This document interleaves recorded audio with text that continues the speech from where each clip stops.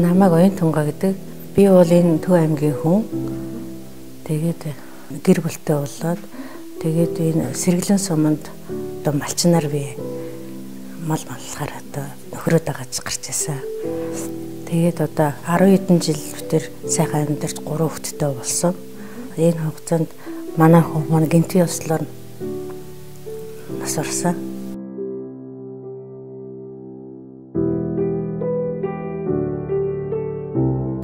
Тэгээд ээж аавгаа байсан газар ирж одоо амьдарч байгаа 3 хүүхэдтэйгээ 12 онд манай хүн гинтийн ёслоор нас орж би өргөдлөг болсон эмэгтэй болсон. Тэгээд бид нар бол юу ч үүлдсэн.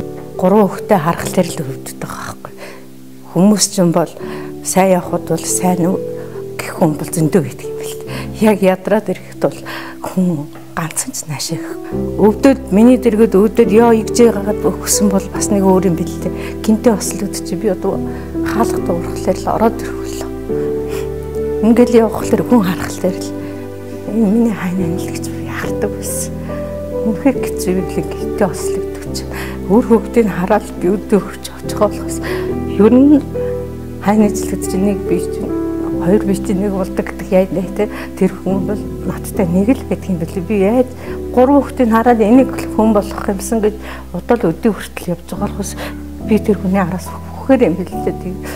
Тэгээ яг би энэ улаан загвал маань эгч нарынхаа ах дүүсийнхаа буйнд би одоо 3 хүүхдийн хүний дайтай төгсгөөд явж байгаа.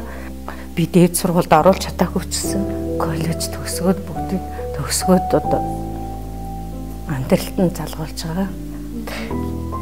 Нэг ч хүн орж ирэх байхад манай энэ улаан цагал май сайн дур итгэдэг хүн надад орж ирээд за та юу болж ийн яаж амьдарч ийн гэж орж ирж байгаа байхгүй.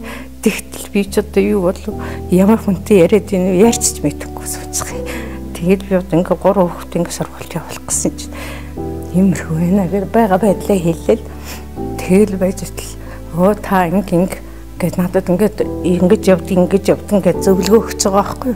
Олон хүн хараад бас нэг аав шиг ээж шиг ах шиг хүмүүс сууж байгаа болох тэр надад их сайхан санагд. Өдөөс орж ирэхэд би бол нэг гэртээ байсан.